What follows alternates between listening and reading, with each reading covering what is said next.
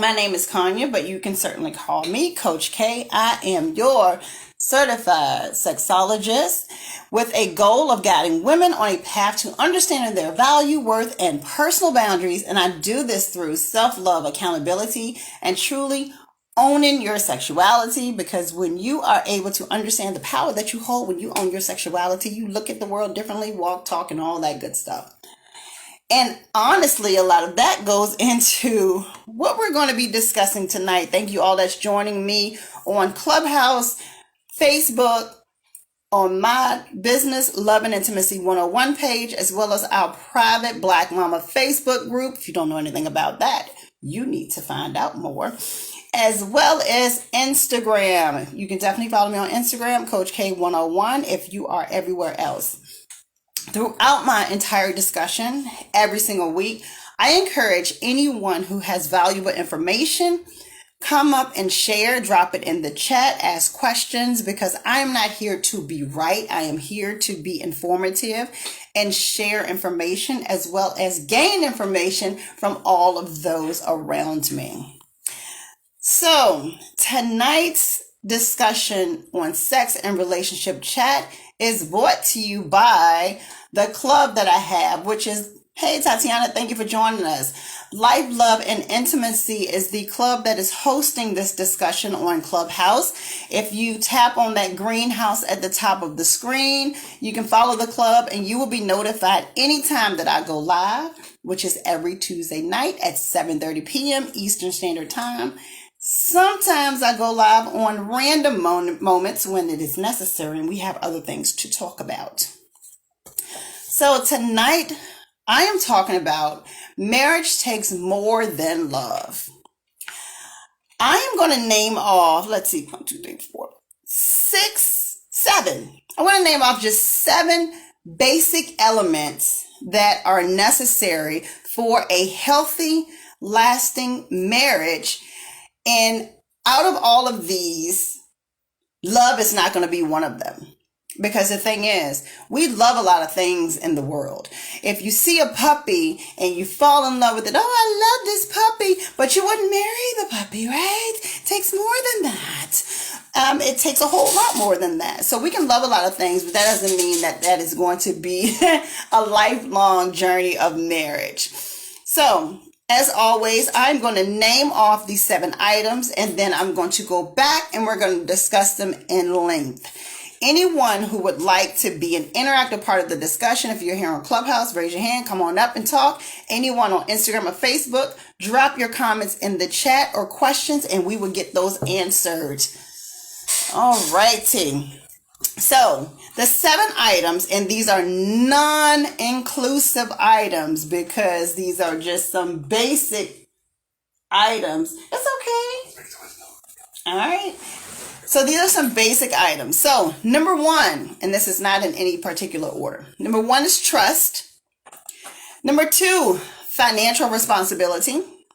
Number 3, peace. Number 4 is understanding. Number 5 is patience. Number 6 is communication. And number 7 is work. All of those elements have nothing to do with love. So when we meet our potential partner, we initially, usually as human beings, we fall in love with what we see. And we take that and then we start to build on that. Now, if it's someone that maybe you met a long distance relationship, maybe you met them over the phone. And so you are now falling in love with what this person is presenting over the phone to you. You're falling in love with their ideas, their conversation, and hopefully you're falling in love with some of the things that they're actively showing and doing. And so when that love starts to develop, you may say, you know what, this is someone who I can spend the rest of my life with. I really do love this person, and this is where I want to be. And so someone brings up the topic of marriage, and then someone accepts mutual agreement. That's the idea, is for it to be a mutual agreement. And so we get married. Then you realize, oh my gosh, I love this person to no end, but love is not enough. And so we realize that we need way more than that to sustain a healthy and happy marriage. So, in no particular order, we're going to talk about the 7 items that I named off. Trust. You can love someone that you don't trust, and you can trust someone who you don't love. But if you don't have trust inside of your marriage, you might as well just give it all up. And when it comes to trust, the trust is not just of the other party. The trust starts with yourself. And I don't think many of us even realize, recognize, or understand what that even means or looks like. If you walk into a relationship with an untrust for yourself, then everything that you see is untrustworthy. And that is also what you see in your partner. And so you have to learn and build a special trust within yourself that is healed from any past relationships, any past traumas, any past situations, and not just with other partners and not just with other lovers, but with family, with friends, etc. Thank you for joining me here on Instagram, Uncle Malik.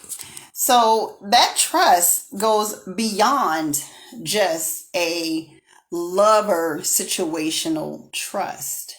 If you've had issues of trust with your mom or your dad, it's less than likely that you're automatically going to have this full-blown trust for your partner.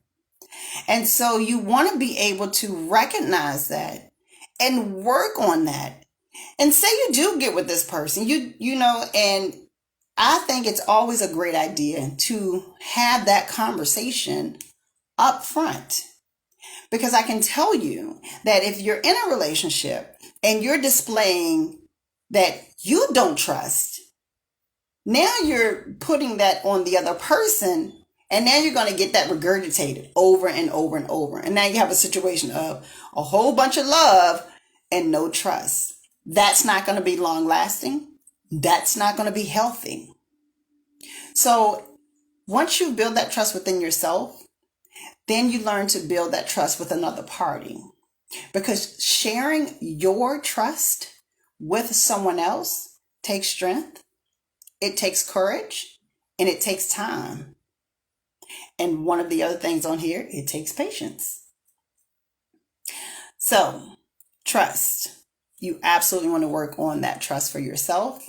And then you want to work on that trust that you're going to share with the other party. Now, this next one is a big one. And it's one that truly will bring a wedge in a relationship that sometimes is not even seen until it almost blows completely up. And Tatiana, by the way, you're up here, and if you ever want to chime in, if you unmute yourself, then I'll know that you want to add to the conversation. So I'm only clapping. Okay. So the next one is financial responsibility. Let me tell you, you can love someone to the ends of this earth, but if that person is not financially responsible, it almost becomes an irritant. And then it becomes scary, because when you're in a marriage, what each of you do affects the other. And if you're married to someone who is not financially responsible, and maybe you are a little bit or you're learning, then they could potentially take you both all the way down this negative rabbit hole of destruction that turns into resentment. Very quickly, finances could turn into something so ugly and not discussed that it's crazy. If you think about this, you love someone, you would do anything for them. And so you work hard. You get this great job. You all build this beautiful family. You get this nice home. But your partner, maybe they have a gambling problem. Or maybe they just never learned how to handle finances. Maybe they never balanced their checkbook. And I'm using air quotes because not a lot of people actually have checkbooks these days. But they haven't learned to pay attention to their financial spending habits. And so they're just swiping the shared bank card. You know that you're building, you know that these bills have to be paid at a certain time, but this other person is just kind of out like, hey, there's money in the bank, I'm going to spend it. And you go to pay the bill, you can't do it. So then you start getting delinquent notices. Maybe you potentially lose the home that you all shared together, that you worked so hard for. You were so in love with this person, you bought this family home, and now you're losing that.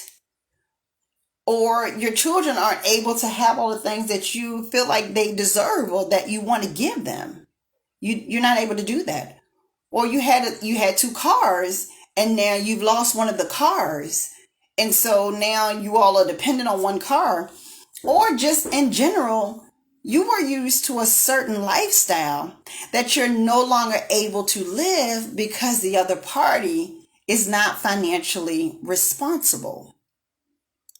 And that's not saying that either party needs to be rich or either party has to make this certain level of money, but how you budget and spend, how you pay attention to, how you build towards the purchases of shared items within that marriage, all of that falls in the financial responsibility realm.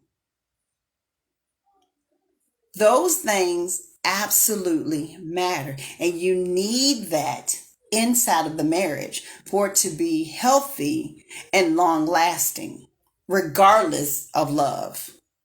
Love kind of goes out there. You can still love them to death, and y'all sitting out on the corner of 5th and Main with a cup in your hand, just loving on each other. I'm pretty sure that's not your idea of an awesome relationship when you know that it could be better. Sometimes you fall on hard times and things happen. I totally get that. But being financially irresponsible comes with an irritation level that can truly turn into resentment that will cause even a rocky relationship that could be repaired to not be able to be repaired. Because what that does is that breaks trust. See, we go back to that trust, right? When someone does things in that nature, it truly breaks your trust in them. So, in your marriage, you can love someone, but if you're not able to have peace inside of that marriage, it absolutely will not be lasting and is certainly not healthy. You deserve to have a certain level of peace when you're sharing this marital bond with another party. And what does that look like? Peace is not necessarily you're able to sit back and burn sage all day long and listen to Erykah Badu and just have no cares in the world. Peace looks like being financially secure. Being able to come home and express yourself to your partner about things that need to be discussed, and there's an actual conversation that happens versus a one-sided yelling fest. Peace is being able to have your home clean so at the end of the day when you walk into it, you feel relaxed. Peace is you all having a mutual respect enough for each other to communicate hey, I'm going to be 30 minutes late for work today. So if you're going to cook dinner, maybe you push it back. Or, hey, go ahead and cook dinner. I'll heat it up when I get there. I know I'm running late. That creates a peace and a calming. But I think one really key and important factor to peace is when you allow yourself and encourage your partner to be who they are and grow into who they're going to be and accept them within that, because that's who you fell in love with. That's who they were going to be when you met them. And being peaceful is being okay with accepting who it is that they are. Now, I'm not saying that after 10 years, this person should be in the exact same spot that they were when you met them, because if they're not showing any type of growth, then we got a whole nother conversation that we're going to talk about another day with another problem.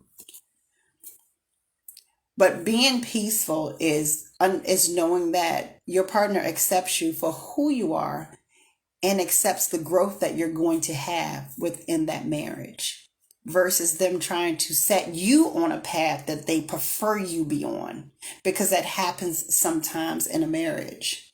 One or the other party feels like you should be a certain way.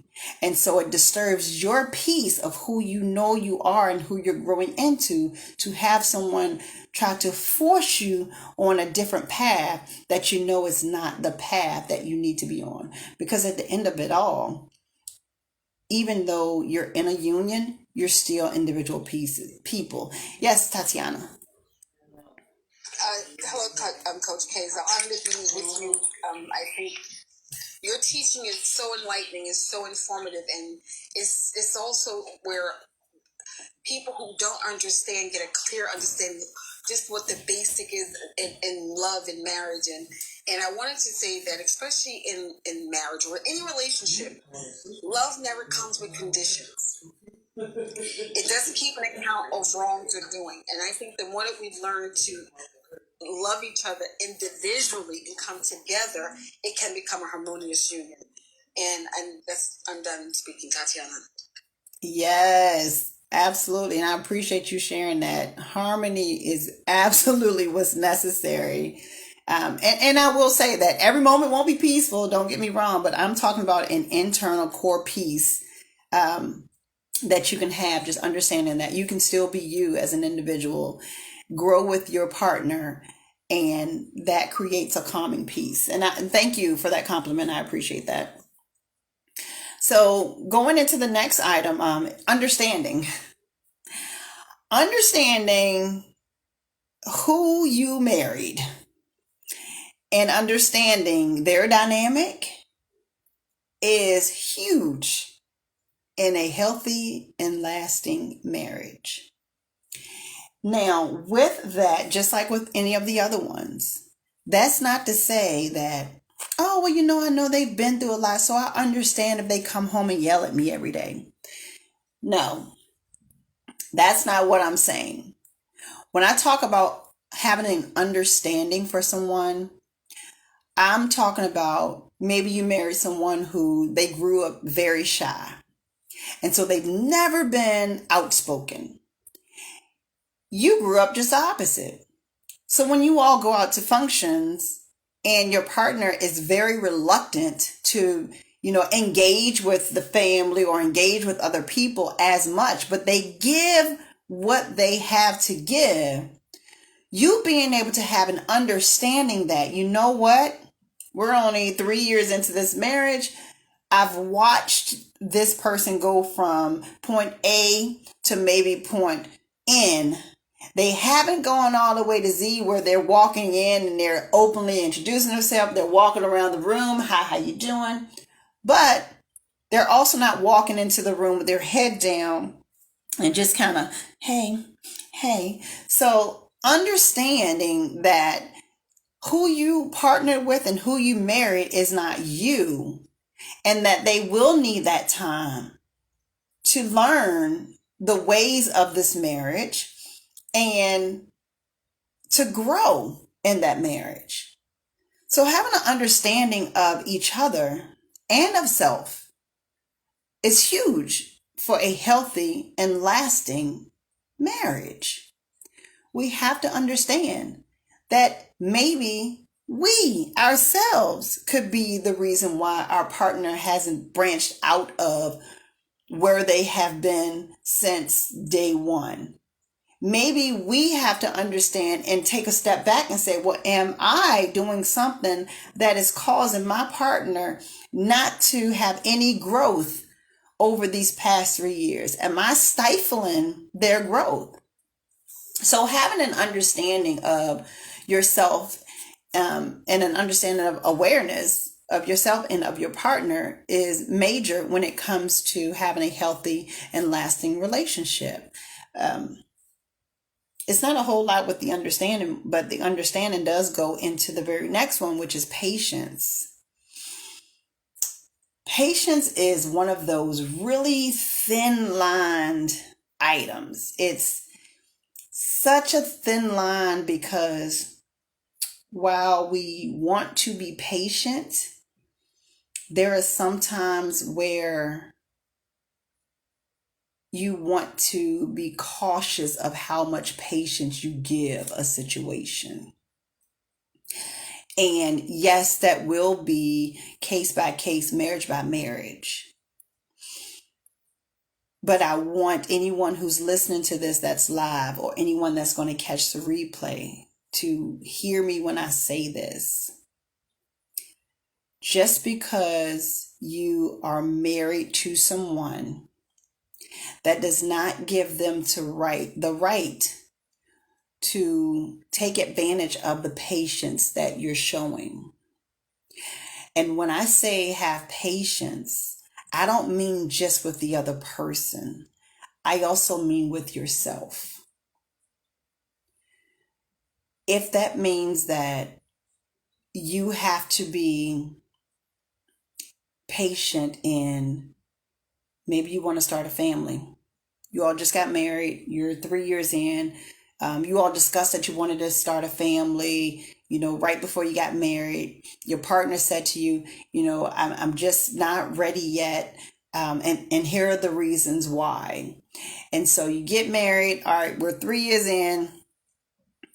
And you say, I'm patient. I've been patient and I don't want to wait anymore. Okay. That's when you have to really reevaluate the entire marriage and say, okay, my partner just lost their job last year, just starting a new one this year. I've been at my job, about 5 years, but it's kind of rocky. Maybe I need to have a little bit of patience to understand that it's possible that my partner is afraid that just starting this job, they won't be going back financially. It won't be financially responsible to start a family right now until they feel secure in their position. So that comes with not just patience, but a conversation. But when we lose patience on everything, then that is the quickest way to killing that marriage than we can think of. But when we have patience with everything, that is also the quickest way to killing a relationship, a marriage. So it is super important that we understand the balance of patience in our marriage. It's really true what they say of pick your battles. Let's think about this. It's been 3 years since we've been married. I want to start this family. My partner's not ready. I'm going to have patience enough to set this time frame. I'm not going to give a deadline. I'm going to give this time frame. Hey, partner, I understand that you may be a little bit nervous. And I'm saying this only after I've had a discussion. And I know that's the reason. Don't assume You need to know the reason why we're hesitant. So I'm having this discussion as if I know for a fact what the reason is. So I understand that you're a little bit nervous that you just started this new position. The other company let you go kind of out of the blue, and you're cautious about starting a family without knowing the longevity of the company and of the job. So here's what I offer to you. I've been with this company for, a little over 5 years. Within this company, I've been setting aside a nest egg of savings, for us to start a family. I would like for us within the next 2 years to really seriously start thinking about starting our family. So what you've done is you've given your partner kind of a roadmap. You've given them some type of peace. You've shown them a little bit of financial responsibility, and you've let them know that I still have patience with you. I want to work with you because I love you, but I know that a marriage takes more than love. So I want to be patient, and I want to give this time frame for us to start looking into this thing. I also want you to know that I'm prepared. And so maybe that makes your partner look at it just a little bit differently. So in that aspect, now your partner has to have patience with you, because while you're asking, they may be like, okay, I understand that, you wanted to start this family. I need to be patient with you asking me about it and speaking to me about it, because I know that that's something that was discussed before we got married. Which, by the way, many times discussions like this don't happen pre-marriage, and it should. So if you are with someone and you see a future with them, please have these discussions on the front end and not save them for the back end, because that's where patience runs really thin when we try to create those conversations while we're in there. That was just a side note, by the way. So we need to make sure that we do have patience inside of our marriage for ourselves and for our partner in order for it to be lasting and healthy. The patience piece spoke a lot to the communication piece, which is number 6. Communication is probably in the top 3 of the most important aspects of any relationship, especially a marriage. Without positive, transparent, active communication, your marriage is sure to flatline. And I'm going to put that on Mary Had a Little Lamb. I'm just saying. If you don't have communication, you don't have anything. Simple as that. You have to be able to communicate in more than just your words. That piece right there is major. Communication goes beyond what you say to your partner. Communication goes to your actions. It goes to how you set up your home. It goes to the career you choose. Communication comes out in just about everything that we do. And when we don't have active, transparent communication, then we have passive, unhealthy, and sometimes non-existent communication. And that is detrimental to every aspect of your life, especially a marriage. I want you to think of it like this. When you've known somebody, even 5 years, 7 years, sometimes even 10 years, and you are either already married or you get married, no matter how long you've known them or how long you've been married to them, you did not grow up in their household. You do not know what they've endured all of their life. You don't know what's in their mind, even up to the day that you met them, and sometimes afterwards. So, communication is the only way that you will truly learn this person that you say, I love so much, and now I'm sharing a marital home with. When you come home and for 3 weeks straight, your partner gets in the shower and they throw their clothes right beside the hamper, and it irritates the life out of you, and for 3 weeks straight, you didn't say anything. Year 5, they do it one more time, and you decide to completely flip your shit. That is your issue, not the other party. Because you failed to communicate in week 1, in week 2, in week 3, in all 5 of those years before that last straw that was put on. You failed to communicate something as simple as, do me a favor.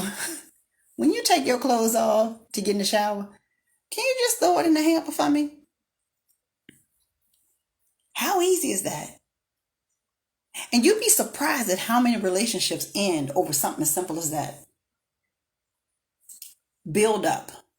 Build up of small pieces of communications that could have been had a long time ago that just never happened.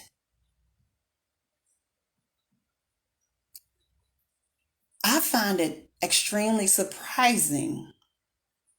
Welcome, Jalecia. I hope I'm saying your name correctly to our sex and relationship chat.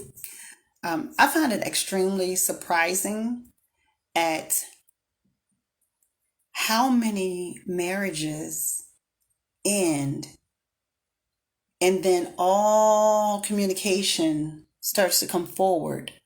Well, you did this. Well, you did that. Well, you never did this. Well, you never did that. And then you ask, hey, well, did you all discuss this? Well, no. Okay, so you assumed that the other party knew that you did or did not like this thing. Well, they've known me for 10 years, so they shouldn't. Let's stop.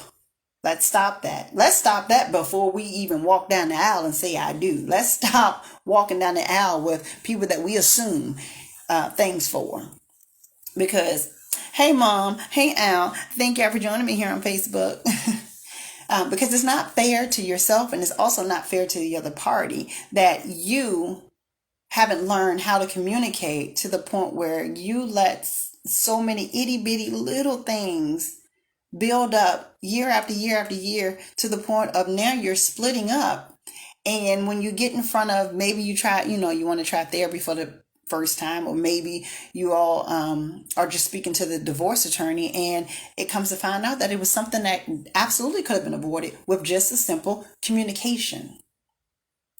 One thing I'm big on is premarital coaching, which is something that I do provide in my coaching practice. And I do this because I watch couple after couple after couple allow small conversations just go by the wayside because they don't want to, quote unquote, nag the other person. So Wanda Harvey on Facebook says those clothes will stay there till they pick them up. And that is a part of the buildup that can happen. So I truly believe in that premarital coaching because it is a let the little shit go. Little shit piles up. If you think about, and this is Wanda Harvey on Facebook, she said, let the little shit go. So I want you to think about a puppy who poops on the puppy pad, and they poop. They're little puppies, so you just leave it there because it's just a little bit of poop. We'll leave it there. And so they turn a year and they poop in the same spot, but you left that poop from the last time, and so it's just there. And so year after year, they come back and they poop in that same spot. That little shit pile has become a big one. And those are the things that when we step in a big pile of shit, it's messy, it's smelly, you're frustrated, and no one wants to clean it up. So, absolutely, I understand about letting some of the small things go. But if it's something that bothers you and you don't say anything about it, then that now becomes your problem, not your partner. But see, those things don't bother me. Yeah, and if they don't bother you, and that's a great point that Wanda Harvey just made. She said, but those things don't bother me. Great. If they don't bother you, let it fly. You know that old saying, if it doesn't apply, let it fly. Absolutely. But if it is something that truly bothers you, and it's something that you didn't grow up in a household like that, then you absolutely need to speak on it. Keep that analogy of the puppy in your mind when you let things go that truly bother you. Small piles become big ones, and when you step in them, they're messy, they're smelly, you get frustrated, and no one wants to clean it up. That's when people want to get rid of the dog. But why? The dog only did what you let it do because you didn't correct it. And I'm not calling either party a dog. That's just my analogy. So communication is always going to be major.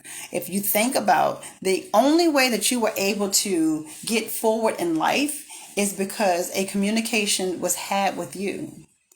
If you went to school every single day and your teacher never communicated with you, they never said anything to you, and at the end of the year, they gave you a test to take, the first thing you're going to do is say, oh, you didn't teach me anything. You didn't tell me I had a test. I didn't know. Because they didn't communicate with you. So it is absolutely necessary and important that within a marriage, you have that transparent, active, not passive, active communication with your partner. That's not to say that you tell that person every single time they leave the clothes, pick your clothes up, pick your clothes up, pick your clothes up. You bother me, you bother. That's not to say that. It's to say, I'm going to communicate to you exactly how I feel. And then I'm going to see how you accept that feeling from me. And then if you want to communicate back to me, well, I never did it because I never had to when I was in a household. Would you help me to be my reminder of how to do it? Boom. That's a really quick and easy conversation to have. There are no assumptions that this person just doesn't care. They just throw their stuff all anywhere. No, you had an actual dialogue about this thing. Now you understand that, okay, I'm not nagging you because you've asked me to help be a reminder to you. Hey, babe, don't forget to pick your clothes up. And it's really easy to say, I'm not going to keep on reminding no grown-ass person to do blah, blah, blah. But sometimes you have to. If anybody is listening to me has ever been in a job and you had to be reminded of how to do a task, if everybody thought in the avenue of, I'm not going to tell this grown-ass person how to do X, Y, Z, then we all would lose our jobs the first time we forgot how to do something, or the first time we didn't do it right after we've been taught once. So we have to learn patience, and we have to be okay with communication. Open, transparent, active communication. And so the last one is work. Yes, a marriage is work. What do I mean by work? Just what I said. It is work. It is every day learning yourself and someone else. It is every day trying to figure out, when do I say something? When do I not? It is every day trying to be proactive in your actions when it comes to yourself and your partner. It is being able to understand that this other person who you didn't grow up with, how they operate. A marriage is work. I hear and have heard, people say, I don't want no struggle love. And so Allison Ford on Facebook says, a marriage is a job you don't get paid for. Yes and no. It is a job. Your pay is not in money. Your pay is in other ways. So you're absolutely right. It's almost like being a stay-at-home mom. You don't see no monetary value for it, but you work hard for it. A marriage is absolutely work. If you are under the assumption or under the thought process of, I don't want no struggle love, you're probably not ready to put in work of a marriage. And I say this because someone can check off all of the boxes of your list. They make this amount, they look this way, they don't have children, they have these morals, they are of this church, they check off all the boxes. But at the end of it all, they're a human being. They're a human being that has now come into a union with another human being. And the two of them now have to live under this same roof and come together on a common ground in a marital union. So no matter how many boxes they checked off, you still have to work towards, how can we grow together? And how can I grow as an individual while inside of this? So Wanda Harvey on Facebook says, my work is just listening. I've learned to just don't say nothing till the right time. Absolutely. And in order for Miss Harvey to get to that point, which by the way, that's my mom, y'all, to get to that point, she had to work. It takes work.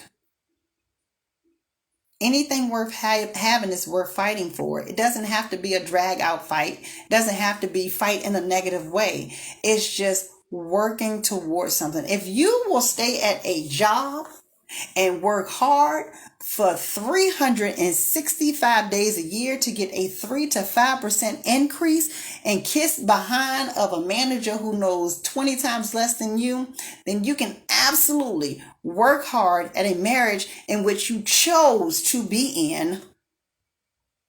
And I'm hoping that you walked in eyes wide open on. So let's really think about that. It was work raising you. Suppose your parents said, you know what? I give up. This thing keep peeing in the bed. She can't walk. Every time I feed her food, she spits it out. Give her back to the hospital and let's just start over again. I can't do this. What if your parents did that to you? What if they didn't want to put in the work? That's hurtful, right? If you make a conscious decision and choice to marry another person, there is definitely work that needs to be put in behind that. But a part of that work comes with working on you. So Wanda Harvey says, depending on your age, is 2. At my age, I'm not going nowhere. I've been out there and it's not easy. Or just leave her with her parents. Oh, just leave her with her parents. My mom said, just leave the kid with the parents. So, by the way, my mom is 60 years young. So she's gotten to that point, but she still works in her marriage, just so y'all know. She don't not work on it. But it does take work, and what that work looks like is up to you. I did a live one time that's called "My Relationship Is Not Your Goal," because what my work looks like, it won't be what your work looks like. How you work on your marriage is not going to be how someone else works on theirs. And so when I do coach clients on working in their marriage, I learn their dynamic and we go from there. So Alice Ford says some people have fought too much. Yes, there has to be a point that if you feel in your heart of hearts that you've done all of the work that you're supposed to do or that you need to do, then do you just sever ties at that point? That right there is honestly one of the hardest decisions that anyone would ever make. With any of my coaching clients, the couples that I coach, with any of them, I never, ever give the advice to stay or to leave. The one thing that I do is I provide tools to either party that they can utilize to make that conscious decision for themselves. So Ashley on Facebook says, say that these days people make goals out of anything. Yes, they do. You do not want anybody else's relationship to be your goal because you don't know the work that has been put into it. Now, I will say this. In a case of abuse, I'm zero tolerance there. So that's an extreme case. So when I speak, I am speaking of a general quote unquote healthy relationship, guys. So please don't feel like I'm saying that if you're in a marriage and no matter what's going on, you're supposed to work it out. That's not what I'm saying. And that I would never say to someone who's being abused, hey, you should say. Again, any of the coaches, any of the clients that I coach as couples, I give them tools to make conscious decisions. Because I will honestly say, when I see couples and when they come to me for coaching, it usually comes back to a communication. And I distinctly remember one couple, amazing couple, who were kind of at their wits' end. And it was literally one conversation that wasn't had 4 years ago that we begin to have in those sessions that reset that entire process of them moving forward.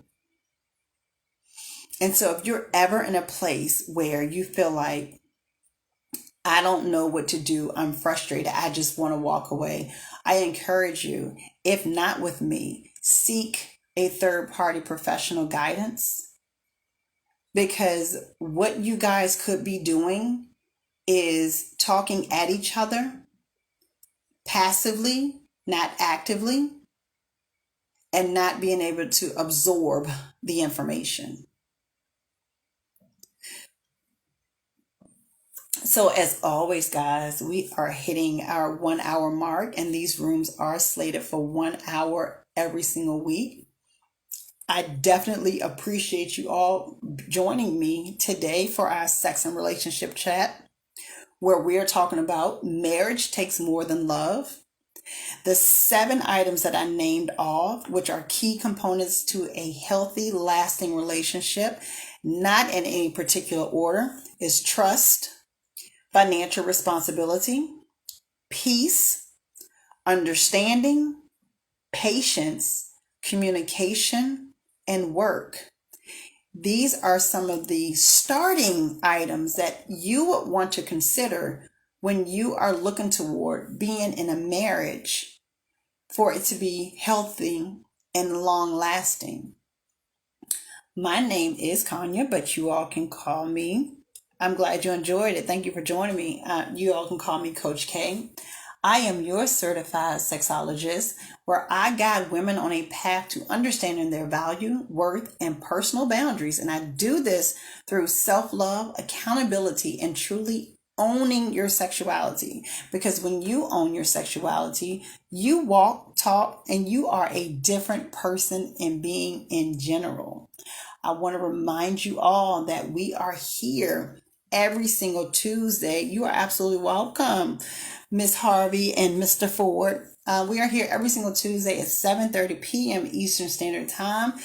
Not just on Instagram and on my Facebook page and Clubhouse, but in our private Black Mama Facebook group, where we are a dedicated tribe of Black women that are here to support other Black women in all areas of their life. If you want to know more about that, feel free to message me anytime.